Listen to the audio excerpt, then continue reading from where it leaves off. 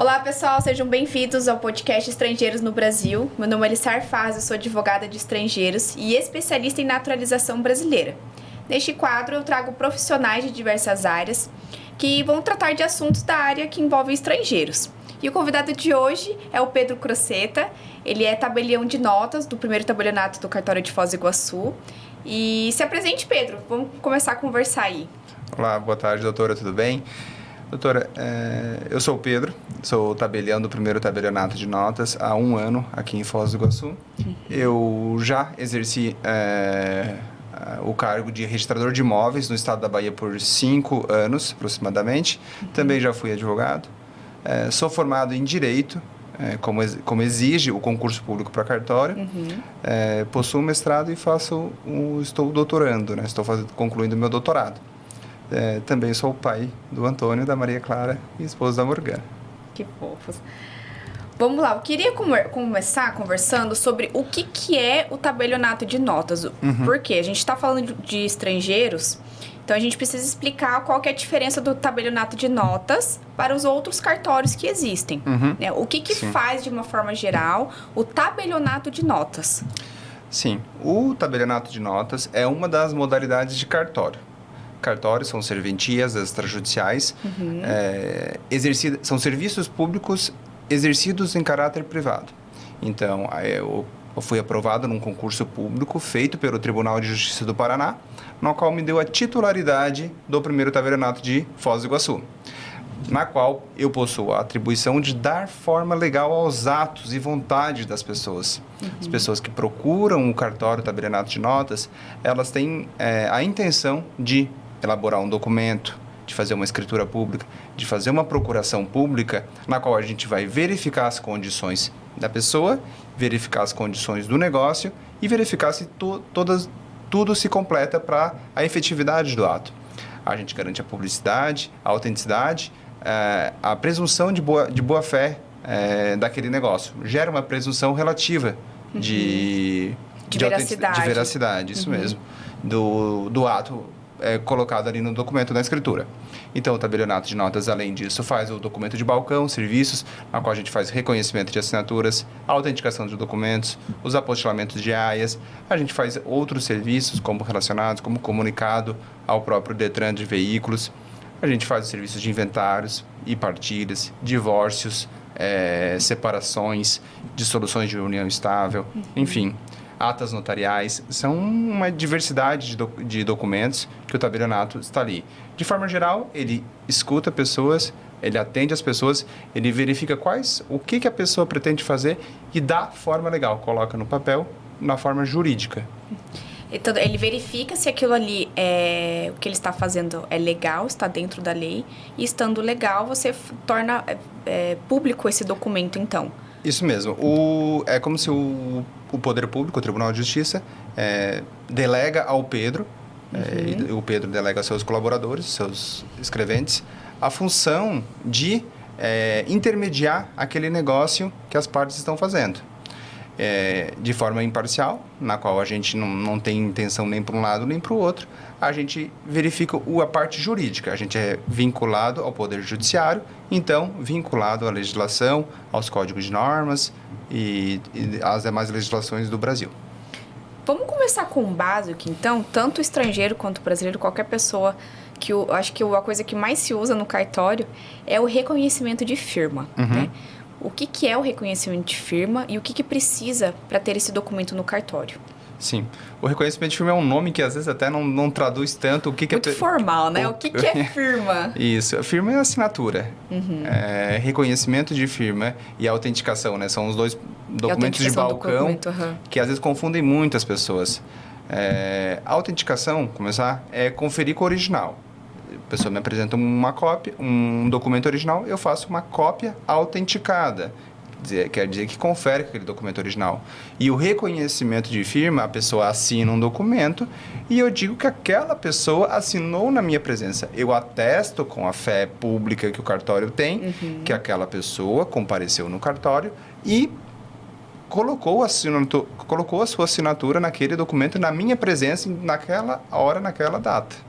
Até por isso que quando a pessoa vai presencial para reconhecer a firma, ela precisa assinar o livro, né? Isso mesmo, porque lá a gente vai colocar as anotações do que ela assinou, quais eram as condições básicas ali, resumida daquele negócio, se era um contrato, se era uma venda de veículo, a gente coloca ali e na qual a pessoa tem que fazer a assinatura, deixa colocada no documento do cartório também, porque o documento em si, ela leva consigo, mas aquela posição da assinatura no cartório fica arquivada lá no nosso... Fica arquivado.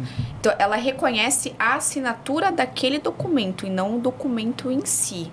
É isso? Isso mesmo. Vamos saber se diferenciar essas duas questões, né? Isso mesmo. A gente tem... no reconhecimento de firma é analisada a assinatura. Simplesmente isso. O conteúdo do documento não se adentra. Ocorre que há documentos na qual se há uma falsa percepção da realidade. Como a gente já pegou casos de pessoas transmitindo guarda de filhos, pessoas fazendo vendas de produtos ilegais e querem A pessoa está vendendo uma droga e faz reconhecimento. Querem um reconhecimento de firma. Aquilo dá uma falsa sensação de presunção de legalidade, na qual é orientado pelos nossos clientes não fazer o reconhecimento. Mas, de fato, o reconhecimento é da assinatura. Ou seja, que essa assinatura aqui é da Alissar que assinou o documento e não que outra pessoa se passou pela Alissar, por exemplo. Isso mesmo. O reconhecimento por verdadeiro, a doutora Alissar compareceu no cartório e na presença do escrevente assinou. O reconhecimento por semelhança, a gente verifica o contrato que é entregue já assinado por outra pessoa, né? E compara com o nosso banco de dados, que a doutora Alissar já tem uma ficha lá, uma firma aberta, como se diz, e compara as duas assinaturas.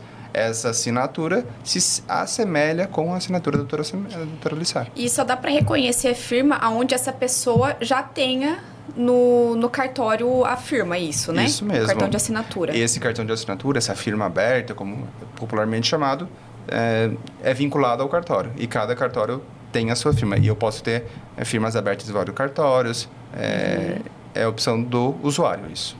E a questão, assim, da gente reconhecer documentos ou firmas, enfim, de forma nacional.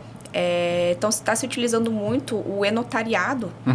Sim. E queria que você explicasse de uma forma geral como é que funciona o e-notariado e qual que é o vínculo dele com o tabelionato de notas.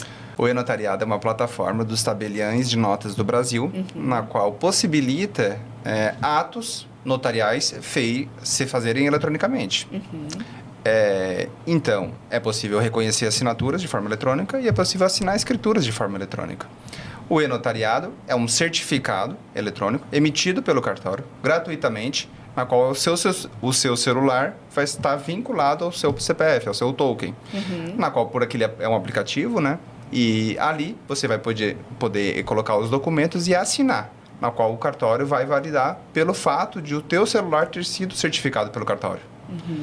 Então não precisa sempre comparecer presencialmente ao cartório. Não.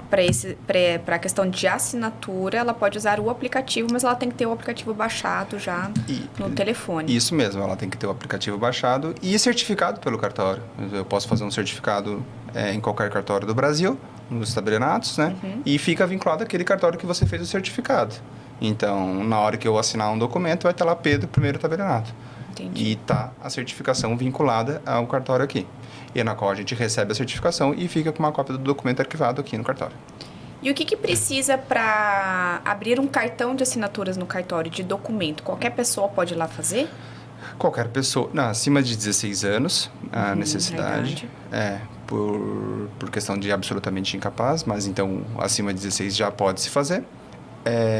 Acima disso, qualquer pessoa, independentemente de residência, independentemente de moradia, tem que apresentar um documento legal. Um documento válido. Documento com foto, então, precisa para abrir firma no cartório. Sim. Mas, como a gente mora em região de fronteira, aqui em Foz do Iguaçu, a gente tem Paraguai e Argentina como países fronteiros. Muitas vezes a pessoa só está de passagem, não precisa ter obrigatoriamente o RNM, que é o documento legal no Brasil. Ela pode só abrir firma com o documento de identidade do país delas? Com o Mercosul, sim. Somente países do Acordo Mercosul. Isso. Do Acordo Mercosul é possível sim, por estar na disposição do Mercosul, isso, né? É válido no documento estrangeiro, nesse caso, aqui no Brasil. Então, não há necessidade de qualquer de outro documento, nem mesmo da inscrição no CPF, em qualquer caso, Não né? precisa ter CPF. Isso, Ok. para abrir reconhecer firma, para abrir o cartão de assinatura não precisa. Então, aqui, nesse caso, o paraguaio pode diretamente vir ao cartório com seu documento paraguaio e abrir o seu cartão de assinatura. Perfeito. Quero perguntar agora para você sobre um documento que é muito utilizado do Brasil para o estrangeiro e que tem, assim, muitas peculiaridades a depender do país onde vai ser utilizado, né? Que é a carta-chamada. Queria que você explicasse para nós o que é a carta-chamada, para que ele serve e o que tem que conter nessa carta-chamada. Certo. A carta-chamada é uma declaração, é uma escritura declaratória na qual uma pessoa está chamando outra para vir ao Brasil.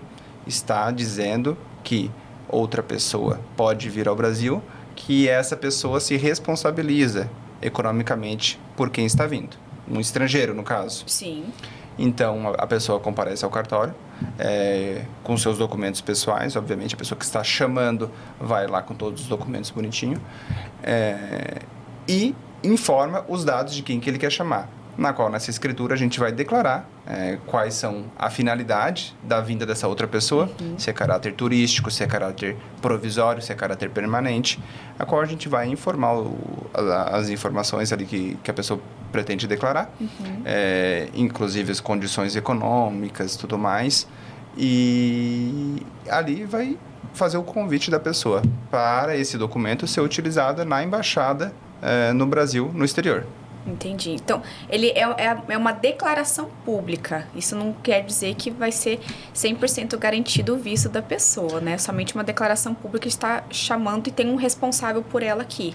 Isso mesmo, é uma escritura declaratória na qual a pessoa se compromete, né? A pessoa vai ao cartório e se compromete. Ali ela está testando a sua veracidade. Mas é um documento que auxilia a entrada dos estrangeiros do Brasil. Não garante, mas auxilia. É um bônus ali que você tem na questão do visto. Isso mesmo. É uma forma bem comum, na verdade, né? Que se utiliza para dar mais substância àquela solicitação de entrada no país. A questão da carta-chamada, essa responsabilidade que você menciona, ela é uma responsabilidade civil, criminal, somente financeira? Qual que é essa responsabilidade para a pessoa que está chamando, o que é o chamante, ter ciência do que ele está assinando o documento? Sim. Esse é um caso que ainda não é talvez muito claro. Mas a responsabilidade criminal, por exemplo, não existe, que uma pessoa não pode ser responsabilizada criminalmente por outra. A responsabilidade civil é uma questão que ainda se tem a discutir, porque se uma pessoa se responsabiliza, deixo ela sobre a minha tutela, e se futuramente essa pessoa vir a cometer danos civis a alguém, se eu teria responsabilidade por aquela pessoa que eu chamei, ainda é uma questão que se diverge um pouco. E, além disso, a questão econômica, uma situação que já aconteceu, foi de a embaixada negar a solicitação pela carta-chamada, porque a pessoa não declarou as suas condições econômicas aqui no Brasil para chamar outra pessoa. Ela não necessariamente precisa comprovar a renda, mas a profissão dela tem que dar a entender que ela tem uma subsistência. Nesse caso específico, não foi colocada a profissão da pessoa na carta de quem estava chamando, e a embaixada perguntou: como que você vai chamar alguém se você não tem profissão? Como que você vai ter condições de sustentar outra pessoa, de se responsabilizar por outra pessoa, se você não tem informações a maior para declarar aqui nessa carta chamada, condições econômicas do seu próprio sustento. Foi um motivo de que já recebemos ali no cartório uma negativa da... Então, se atentar a esses detalhes também mesmo. Sim. Para comparecer ao cartório, então, somente o chamante comparece ao cartório. Isso mesmo. E o próprio chamante fornece os documentos do chamado? Isso mesmo. O chamante, ele tem que apresentar os seus documentos originais, pessoais, tudo mais. Ele tem que comparecer no cartório. E do chamado, não. Simplesmente as informações do chamado. Em regra, aparece 99% é o passaporte já da pessoa que vai ser chamada. Mas se não, pode ser outro documento da pessoa. O documento próprio estrangeiro, né? Agora vamos falar um pouquinho sobre escritura pública de compra e venda, que eu acho que é uma das demandas que vem bastante aqui, pelo menos aqui no cartório de Foz. O estrangeiro, ele pode comprar e vender imóvel sem nenhuma restrição? E o que ele necessita para tanto comprar quanto vender um imóvel aqui? O estrangeiro pode comprar imóvel, sim. Há exceções. Mas, enfim, ele precisa inicialmente ter CPF. Como toda escritura pública de compra e venda, são comunicadas essas informações à Receita Federal. E para a Receita Federal, o vínculo da Receita Federal que a gente forma é o CPF. Então, é necessário ter CPF para comprar ou vender imóvel. Ok. Tem que ter CPF, todo mundo. Na relação ali, compra e venda de imóvel. Tanto quem está comprando quanto está vendendo ali tem que ter o CPF. Tem que ter o CPF, não tem jeito. A questão se o estrangeiro, ele é casado, tanto no Brasil quanto no exterior, e ele informa isso na escritura, principalmente quando ele está vendendo, né? Sim. Na compra eu acho que não é tão relevante. Ele fala, tem lá no cadastro dele que ele é casado. Sim. Qual que é a restrição ou qual que é a peculiaridade que tem quando o estrangeiro ele informa isso na escritura? Diversas, porque em muitos casos o casamento no estrangeiro não é determinado o regime de bens, por exemplo. Mas de forma geral, para vender, eu preciso que a minha esposa, que a minha companheira assine o ato também, que ela concorde com essa assinatura dessa venda. Então ela também precisa ter CPF nesse caso. Além disso, temos as questões da própria certidão, né? Para comprar e vender imóveis, a gente precisa de uma certidão atualizada. Aqui no Paraná, por regra, não existe um prazo específico, mas a gente tem que ter um certo período temporal ali de não muito tarde, não muito distante da validade da certidão. Nesse caso, para solicitar essas certidões do estrangeiro de casamento e ter as suas legalizações, as suas regularizações e tudo mais, é um processo que às vezes demora um pouco. Demora um pouquinho e tem bastante peculiaridade dependendo do país. Inclusive, tem um podcast, se não me engano, é o 3º episódio, tá no canal, que eu e a doutora Ana, a gente fala especificamente de casamento no Brasil, tanto estrangeiro quanto no Brasil, e lá a gente explica bastante sobre como trazer o documento, ou certidão de casamento de lá para cá, se casa aqui direto ou se translada o casamento aqui ou não. Mas a questão que está envolvendo aqui se você se declara que você é casado, então você tem que apresentar uma certidão de casamento. Sim. Né? E se você é casado no exterior, então você tem que trazer essa certidão de casamento de lá para ter validade aqui. Isso mesmo. Tem que trazer e regularizar ela. Se a certidão é do estrangeiro, tem que legalizá-la, né? Ou apostilar, dependendo do caso. Do país. Registrar no RTD, que é o registro para esses casos. E depois, sim, ele passa a ter efeitos jurídicos do Brasil que a gente pode utilizar na escritura pública. E a questão do casamento, se você transladar esse casamento, que ele vira uma certidão de casamento brasileira, você não precisa ficar trazendo toda hora essa certidão de casamento do exterior atualizada, né? Isso mesmo. Você faz ali, o cartório da sua cidade vai poder emitir com mais facilidade uma segunda via mais atualizada. Isso mesmo. O traslado no registro civil serve para brasileiros, né? Imagina assim. E o RTD, o registro de títulos e documentos para estrangeiros. No caso, se os estrangeiros já forem naturalizados. Isso mesmo. Ah, tá. Ok. Daí, depois, claro que facilita. Trasladou o documento aqui, retira só a segunda via aqui. Bem mais fácil. Se em eventual divórcio, por exemplo, a verba aqui. E já produz efeitos no Brasil. Depois, para produzir efeito no estrangeiro, vai ter que tomar as providências daí no estrangeiro. E um estrangeiro que não é legal no Brasil, nem mora aqui. Porque para comprar e vender, você tem que estar legal no Brasil, né? Sim. Tem que ter o RNM, ou o protocolo de refúgio, ou visto válido. Passaporte válido, isso. Isso, com visto ou não, dependendo do se for Mercosul. Isso. Mas se, por exemplo, um estrangeiro, ele quer comprar um imóvel aqui no Brasil, ele pode comprar por procuração? ele contrata um advogado, uma pessoa da confiança dele para comprar em nome dele aqui? Pessoa física, jurídica, empresa? Pode, sim. Pode? Pode, ele vai ter que cumprir os requisitos, obviamente, né? De ter o CPF, de ter a documentação toda precisa ter o CPF igual. Precisa. Porque quem está comprando imóvel é ele, né? Não é o procurador. Sim, é ele, mas através de outra pessoa. Sim, mas a comunicação da Receita Federal vai no nome dele, vai do nome do comprador. A pessoa jurídica estrangeira que queira comprar imóvel no Brasil deve ter uma procuração. Por quê? Porque tem que ter alguém, um representante legal dessa pessoa jurídica estrangeira no país. É muito comum empresas aqui da fronteira fazerem até mesmo a procuração no país vizinho, no Paraguai, por exemplo. Esse documento é apostilado, registrado no RTD, na qual é utilizado aqui depois nas escrituras públicas.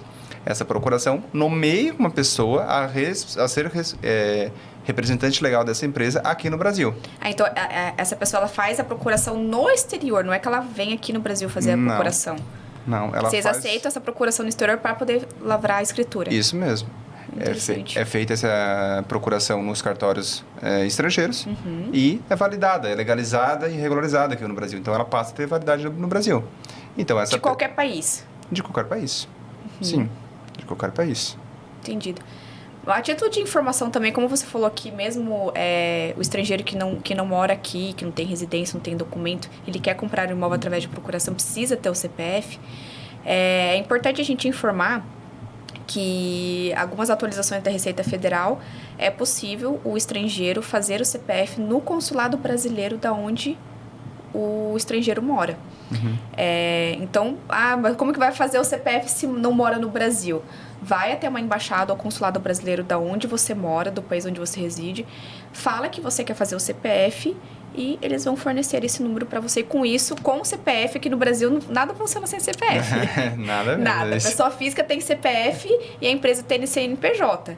Então, a pessoa física não consegue fazer nada no Brasil sem ter CPF. Então, é muito importante, tanto para fazer negócios, comprar, vender imóveis, enfim, é muito importante ter o CPF. E tem essa facilidade, dependendo de onde você mora, de ter ou não o consulado da embaixada, né? Para poder fazer o CPF de forma livre. Sim, isso mesmo. Só para complementar, também a questão da compra e venda de imóveis por estrangeiros, a gente tem a restrição, né? Tem restrição que não... Tem alguma coisa que o estrangeiro não pode comprar, então? Imóvel rural. Tem uma restrição, existe uma lei própria, na qual restringe, limita, na verdade, né? Em alguns casos, a compra e venda de imóveis por estrangeiro, na qual vai exigir escritura pública em todos os casos. É obrigatório. Obrigatória a escritura pública, independentemente do valor, independentemente se é alienação fiduciária ou qualquer exceção que há na lei civil. Há a necessidade de respeitar alguns módulos rurais delimitados pelo INCRA, pela localização da fronteira. Há a limitação das áreas de defesa nacional, que até 150 quilômetros de fronteira, se eu não me engano, tem que ter autorizações também diferentes. Autorização do INCRA também. O que seria o INCRA?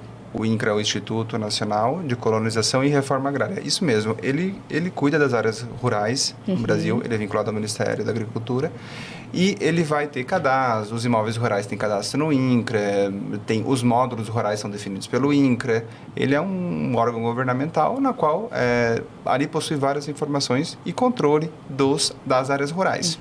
Nesse caso, para a compra de imóveis rurais por estrangeiro, por exemplo, há necessidade de autorização do INCRA.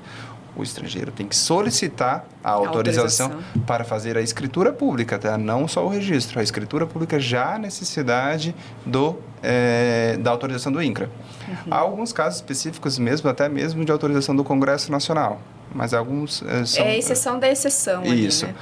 Além disso, há limitação por que 25% da área total do município não pertence a estrangeiros. Além disso, que 10% da área total rural do município não pertencem a estrangeiros da mesma nacionalidade. Ou seja, 10% de libaneses, 10% de chineses, 10%... Tudo dentro desses 25%. 10% da área total de um território municipal não pode pertencer à mesma nacionalidade. Área rural. Área urbana... Rural. Isso. Área rural seria sítio, fazenda. Na matrícula do imóvel, geralmente consta ali terreno rural, imóvel rural. É aquele que não só aquele que não paga IPTU, porque às vezes tem essa confusão também. Mas na matrícula do imóvel ou na própria prefeitura vai delimitar qual que é a área urbana. Se está escrito ou não. Se não é área urbana, é área rural. Outro assunto que a gente vai entrar agora é a questão do inventário, né? Sim. Envolvendo o estrangeiro.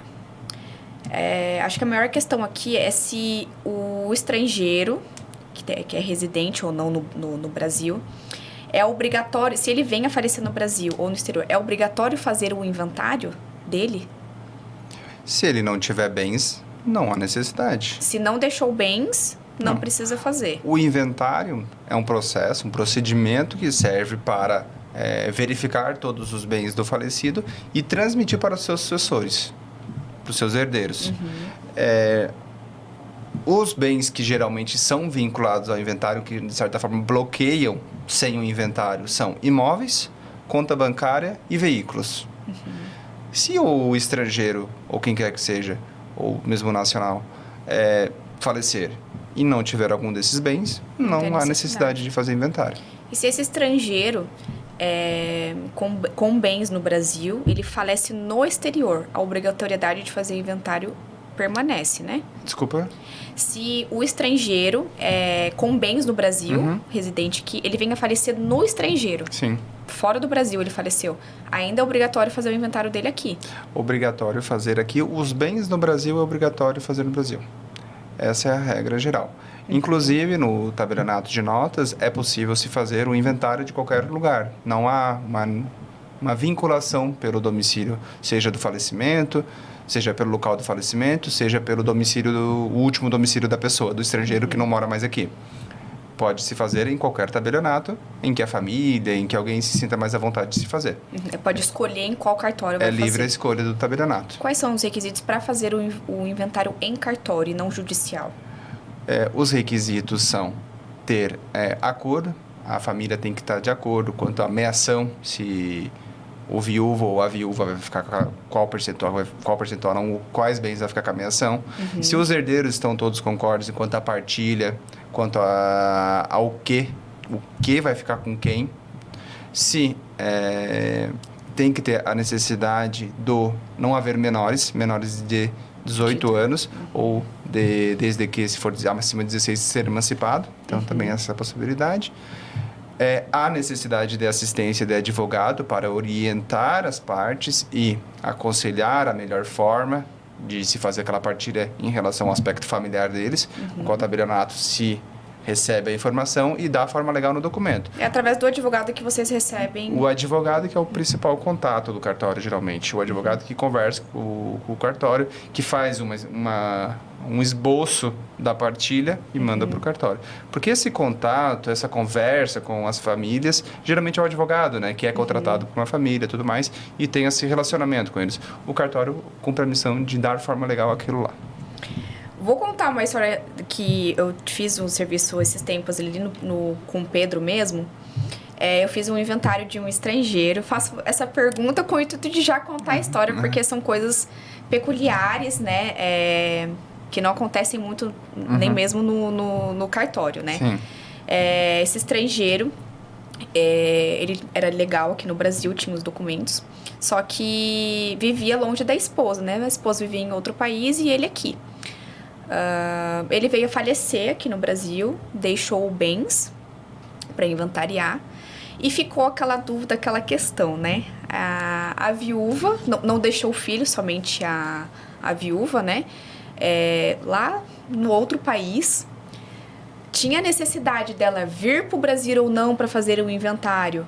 Ela não tinha regularidade aqui no Brasil, ou seja, ela não tinha RNM, não tinha visto, não tinha nada. Então, a gente fez essa questão muito peculiar, até demorou um pouco mais pra gente poder entender a forma, né, que a gente poderia fazer, se ela teria que vir pro Brasil ou não, primeiramente. Segunda coisa, a questão do CPF. Gente, demoramos ali pra tirar o CPF dela, mas conseguimos, porque sem CPF a gente não conseguia fazer o inventário, né? E tinha a questão da língua também, porque ela não falava o português. Então, por mais a gente talvez pudesse fazer por videoconferência a assinatura do inventário, mas como ela não tinha nenhum documento válido aqui no Brasil e não falava a língua, a gente precisou falar para ela vir ao Brasil, primeiramente. Ela tinha um passaporte ali de um país do Mercosul, então ela não precisou de visto. E para assinar, você precisa entender o que está escrito no documento. Sim. Né? E Foz do Iguaçu não tem tradutor juramentado de árabe. Só tem em Curitiba e São Paulo. Então, a gente encontrou mais um empecilho, né? De quando ela veio para cá. Foi aí que, conversando com o Pedro, ele me informou sobre a questão de nomear uma pessoa de confiança para fazer a tradução. Né? Então, como ela tinha um tempo limitado aqui no Brasil, o que foi feito? Ela veio para cá, ficou questão de um mês, mais ou menos. Fizemos uma procuração, ela deixou uma procuração para uma outra pessoa da confiança dela assinar em nome dela, para não precisar ficar esse tempo todo aqui, que não tinha necessidade. Só que até para procuração ela precisava entender o que estava escrito ali. Então, Pedro, explica essa questão de nomear alguém da confiança do tabelião para poder fazer a tradução. Isso. Existe essa questão, além duas hipóteses. O tabelião conhecer a língua e entender a língua e ele mesmo ser o tradutor. No caso, nesse caso eu não sabia. Árabe, tá? Eu não sabia. Mas aqui em Foz do Iguaçu, como tem uma comunidade árabe grande e pessoas conhecidas ali do cartório que frequentam, que têm a nossa respeito por serem autoridades e tudo mais, a gente pode delegar, naquele caso, essa função de ser tradutor. Claro que verificada a hipótese, foi verificado primeiramente que não havia tradutor público juramentado.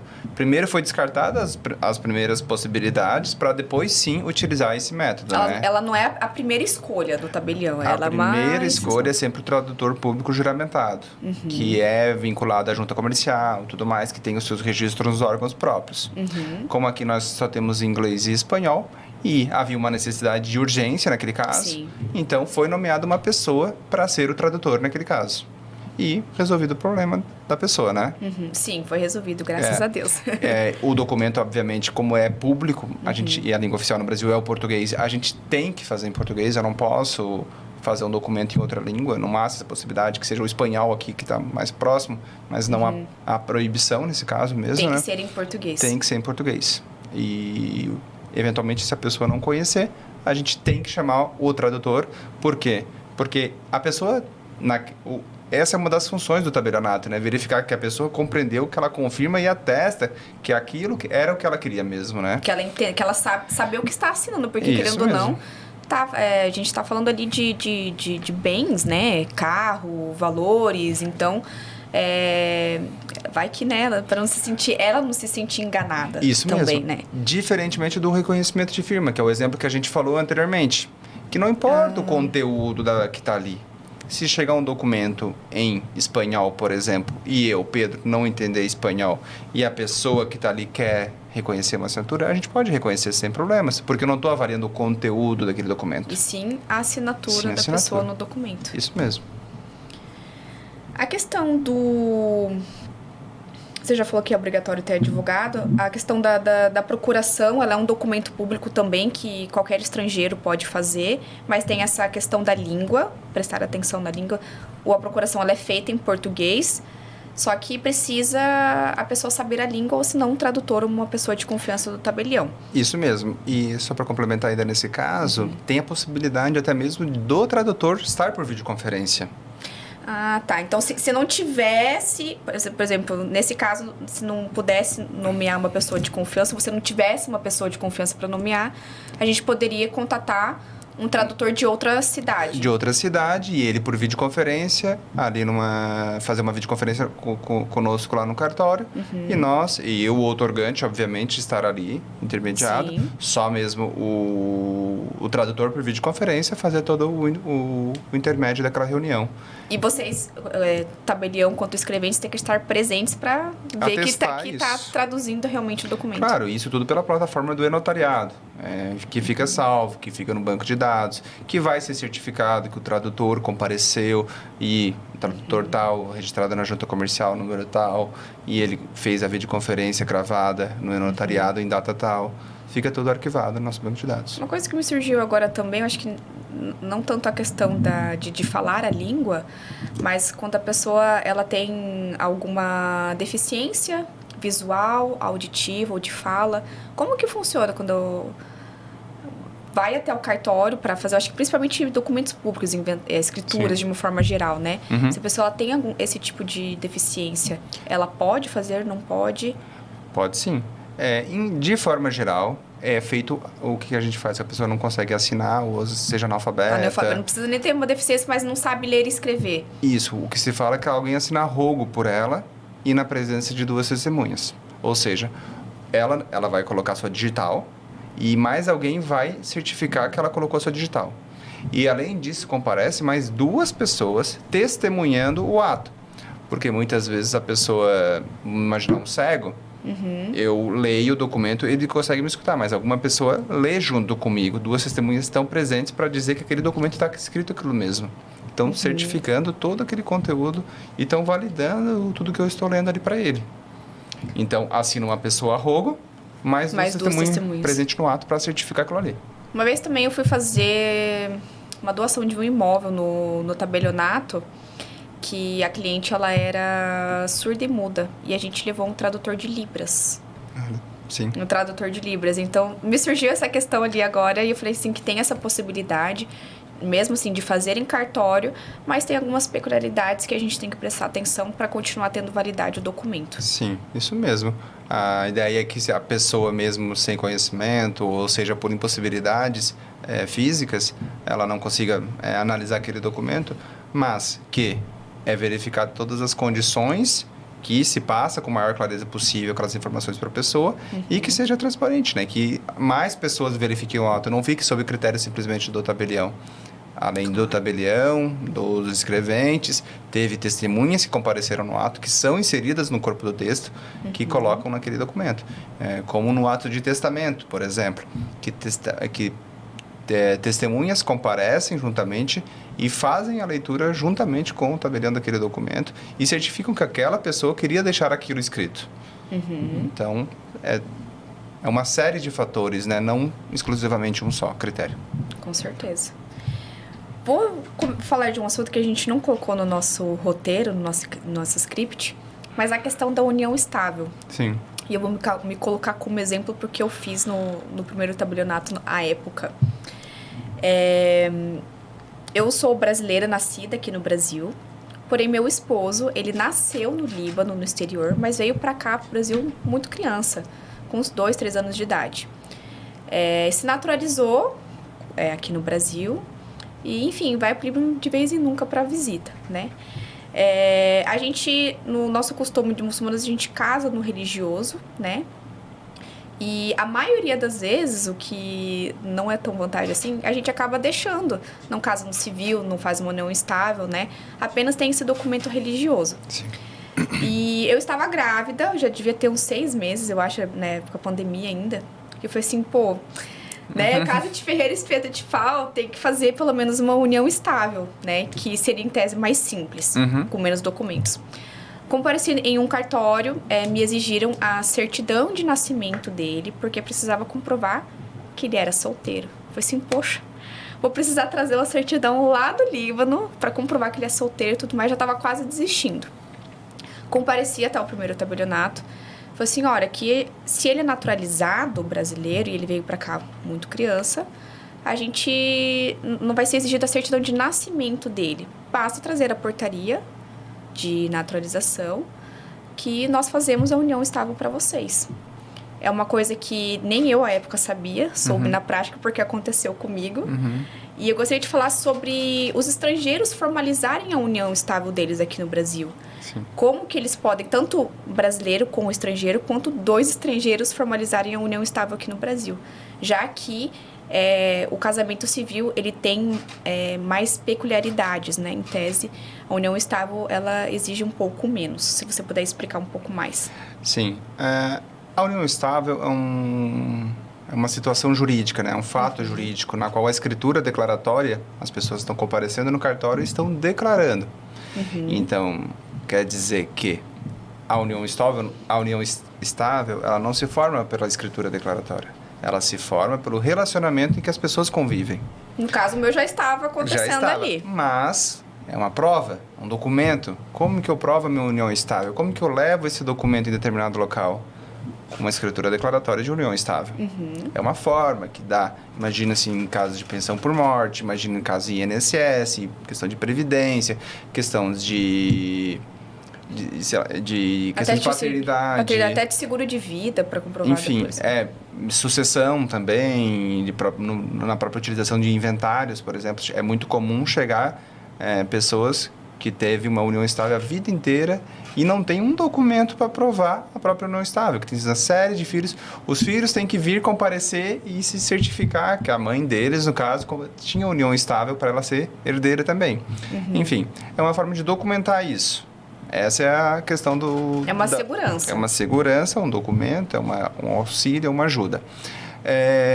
Da mesma forma como o brasileiro, é uma escritura declaratória. O estrangeiro pode comparecer no cartório simplesmente e declarar, sim, o seu relacionamento. A união estável possui muitas mais facilidades do que o casamento. Claro que nós, como no lado jurídico, sempre orientamos a pessoa, é melhor ter uma escritura pública declaratória de união estável do que não ter nada. É muito mais interessante para provar em qualquer órgão público. Mas, claro que são aspectos declaratórios e que a pessoa declara o que for. Declara não o que quiser, mas o que as possibilidades do mundo jurídico permitem. Por exemplo, a escritura pública declaratória de união estável é possível até mesmo com a pessoa casada. Então, ela pode fazer uma escritura declaratória antes mesmo de finalizar o divórcio dela no judicial? Ela pode, mas tem consequências jurídicas. Responsabilidade civil e criminal. O regime de bens daquela união estável está comprometido com o seu divórcio. Tem que finalizar primeiro o divórcio. Porque senão interfere nos bens do casal, do segundo casamento, no caso da união estável. Então, há uma série de fatores. Mas tanto é que na própria declaração de união estável, você tem que informar o seu estado civil, né? Então, a pessoa fala assim, você é solteiro, casado, viúvo. Então, você, não, eu sou solteiro. Então, a declaração, se por um acaso te pegarem na mentira, que você declarou num documento público que você é solteiro, sendo que, na verdade, você não é, com o intuito de usar essa declaração de união estável por uma outra coisa, por uma ilegalidade, a responsabilidade é da pessoa que está declarando. Sim, certamente. Até porque no Brasil a bigamia é crime. Além disso, tem outros fatores, né? A pessoa pode declarar para tentar alguma facilitação, seja em questões de pena criminal, alguma liberdade provisória, alguma questões assim, algum benefício de pensão por morte, alguns benefícios auxiliares ali da Previdência Social. Então, há sim responsabilidade civil e criminal, inclusive, né? Inclusive, a declaração de não estável, ela pode ser utilizada na questão de naturalização brasileira. Porque a naturalização ordinária, o requisito obrigatório dela é ser residente no Brasil há mínimo 4 anos. Então, se ela tiver filho nascido no Brasil, tem redução para 1 ano. Ou, se ela for casada com um brasileiro ou brasileira, tem essa redução de 1 ano também. E muitas vezes não tem essa forma. Como que você vai provar, né? Ou pela certidão de casamento, que você é casado com um brasileiro, ou através da união estável também é aceita. Sim. A declaração de união estável. Só que tem que cuidar com o que você declara na declaração de união estável, né? Você não vai fingir que você está casado ou união estável com essa pessoa só para ter a redução na naturalização. Mas a intenção é realmente ter um documento público formal, que a Polícia Federal aceite como documento que aquilo ali é uma união estável. Isso. E da mesma forma, a orientação que fica é que, por exemplo, nesses casos, a pessoa quer fazer uma escritura pública de união estável simplesmente por uma facilitação da naturalização e depois, futuramente, quer comprar um imóvel. E vai lá no primeiro tabelionato de novo, esqueceu daquela escritura. E a gente tem lá que tem aquela escritura válida. A pessoa declarou há 1 ano atrás que convive em união estável, tem a Constituição, tem o desejo de constituir família com aquela pessoa, com determinada pessoa, e depois vai comprar um imóvel ou vender o imóvel, pior ainda, e se declara solteira. começa a ter informações ali que não batem. Então, sempre cuidado, sempre ter alerta na utilização dessas escrituras públicas, porque as informações estão ali, estão sendo relacionadas, né? Com certeza. Cruzadas. Não é porque você fez um documento público no cartório que você não vai ter consequências depois. Isso mesmo. Né? Sempre tem uma boa orientação com relação a isso. Tem que tomar cuidado, porque é comum, às vezes, as pessoas querem resolver o problema imediato, mas esquecem depois, né? Esquecem as consequências. Ou às vezes faz a declaração de união estável, separa da pessoa e não faz a dissolução. Ou a conversão da união estável em casamento, enfim, separou, daí esquece aquilo, de repente aparece a ex-esposa ou ex-marido pedindo divisão ou partilha de bens ali, que você nem lembrava que tinha direito à união estável. Ela dá direito a partilhar os bens também para o cônjuge, porque ela é equivalente ao casamento civil. Sim, em aspecto de sucessão. Lembrar dessas peculiaridades também na hora de fazer a união estável. Sim, isso mesmo. Acho que para encerrar, a gente pode falar sobre o apostilamento de Haia, que é um serviço muito procurado não por estrangeiros residentes no Brasil, mas muito mais por brasileiros que querem utilizar o documento brasileiro para ser validado no exterior. Queria que você explicasse o que é o apostilamento de Haia e quais os documentos que podem ser apostilados. O apostilamento de Haia é outra coisa que o nome não ajuda a entender o serviço que é. Não é muito claro o nome, né? Apostilamento de Haia, mas é um serviço muito simples que dá para resumir em poucas coisas. Primeira coisa, apostilamento de Haia se trata de uma convenção, um tratado internacional, Convenção de Haia, que foi feita em Haia, e na qual alguns países afirmaram um acordo, dizendo o seguinte: para valer o documento no país, a pessoa vai no órgão público competente daquele país e certifica, apostila aquele documento, que a gente lá no nosso país, que assinou a convenção também, vai saber que vocês certificaram e está tudo certo. Aquele documento é válido no exterior. Então, se o documento foi emitido no Brasil, ele tem que ser apostilado, ele tem que ser certificado pelo Brasil e vai ter efeitos jurídicos em qualquer lugar no exterior aonde os países são signatários. Então, o apostilamento de Haia, ele substitui a legalização, mas só pode ser utilizado entre países que fazem parte desse acordo. Isso mesmo. Anteriormente, o apostilamento de Haia tinha que ser levado no consulado. Então, na embaixada, no consulado, qualquer que seja. Eu emiti um documento aqui no Brasil. Eu levava no consulado para dizer que esse documento era válido e podia ser utilizado em outro país. Lá eles iam certificar esse documento. Muito parecido com a legalização, né? Isso, ali vai legalizar ali e vai dar efeitos para o exterior para aquele documento. O apostilamento é isso. A pessoa assina. Aqui no Brasil, a possibilidade que os cartórios têm, o poder público deu esse serviço aos cartórios. Não são todos que fazem, mas os que fazem é uma opção, né? E os cartórios certificam que a determinada pessoa pode assinar aquele documento é válido aqui no Brasil. E ele pode produzir efeitos jurídicos no exterior. Para a gente entender a facilidade que é o apostilamento de Haia, eu vou explicar a diferença entre o apostilamento da legalização. Okay. A legalização, ela passa por mais órgãos, né? Antes de vir para cá, vou dar o exemplo do Líbano, que é o que passa mais por mim, que é mais comum para mim. Um documento, para ter validade aqui no Brasil, como o Líbano ele não faz parte do apostilamento de Haia, ele tem que passar pelo Ministério das Relações Exteriores, tem que ter o carimbo. Aí depois ele tem que passar em outro órgão, ele tem que passar pelo consulado brasileiro para ter validade. Para chegar aqui no Brasil, aí a gente fazer a tradução juramentada e utilizar esse documento. O apostilamento de Haia, um exemplo, o Paraguai e o Brasil, eles fazem parte do acordo. Então, se for trazer um antecedente criminal do Paraguai para ter validade aqui, eu não preciso fazer a legalização. Basta eu fazer o apostilamento, que eu vou em um único lugar. Não preciso ir em vários para certificar, para legalizar esse documento. Vou em um lugar, num único cartório. Faz o apostilamento, que geralmente fica na parte de trás do documento, né? Que certifica. E é validado aqui no Brasil. Da mesma forma que, se eu vou utilizar um documento aqui do Brasil, antecedentes criminais, históricos escolares, diploma, até para a pessoa que quer revalidar diploma no exterior, né? Que aqui na fronteira utiliza-se bastante, né? Brasileiros que vão fazer medicina aqui no Paraguai tem que provar que terminou o ensino fundamental e médio, né? Então, ela tem que apostilar esses documentos para ter validade no Paraguai.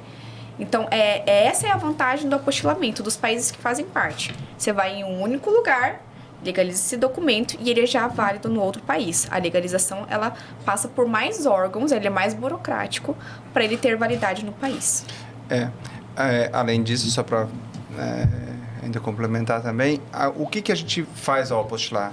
A gente está certificando lá no cartório que aquele documento dos antecedentes criminais foi emitido pela Polícia Federal, que é um documento válido, é verificada a autenticidade do documento, seja pelo QR Code ou seja pela assinatura do agente que certificou aquilo fisicamente. Então, é isso que o cartório faz. Ele meio que autentica o documento brasileiro para ter efeitos no exterior. E ele não tem necessidade ou obrigatoriedade de ser um documento físico para passar pelo apostilamento, né? Ele pode ser um documento digital, vocês vão fazer a impressão, para daí fazer o apostilamento, mas ele pode ser utilizado igual. Pode sim, normal. Os antecedentes criminais hoje, né, são emitidos muitas vezes eletronicamente. 99% é eletrônico. A gente certifica ali pelo QR Code e a gente vai... E no apostilamento é feito normal.